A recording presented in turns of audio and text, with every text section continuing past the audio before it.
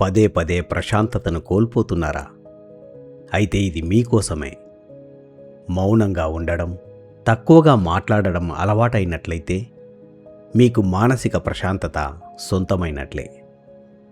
మీరు ఎవరెవరికి వివరణ ఇవ్వాలి, ఎవరెవరికి ఒకే ఒక్క మాటలో సమాధానం చెప్పి ముగించాలి, అంతేకాదు ఎవరికి అస్సలు స్పందించకూడదో కూడా బాగా తెలుసుకుని మసలుకోవడంలోనే అసలైన మానసిక ప్రశాంతత దాగి ఉంది.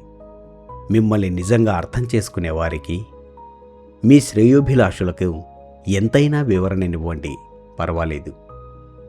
మీతో అనవసరంగా వాదించేవారికి, మీ సమయాన్ని వృధా చేసేవారికి ఒకే ఒక్క మాటలో సమాధానమిచ్చి సంభాషణ ముగించండి. అలాగే మీ విలువ తెలియని వారికి, మీ ప్రశాంతతను భంగం చేసేవారికి ఎటువంటి సమాధానం ఇవ్వకపోవడమే చాలా ఉత్తమం. సర్వే జనా సుఖినో భవంతు. ఓం శాంతి.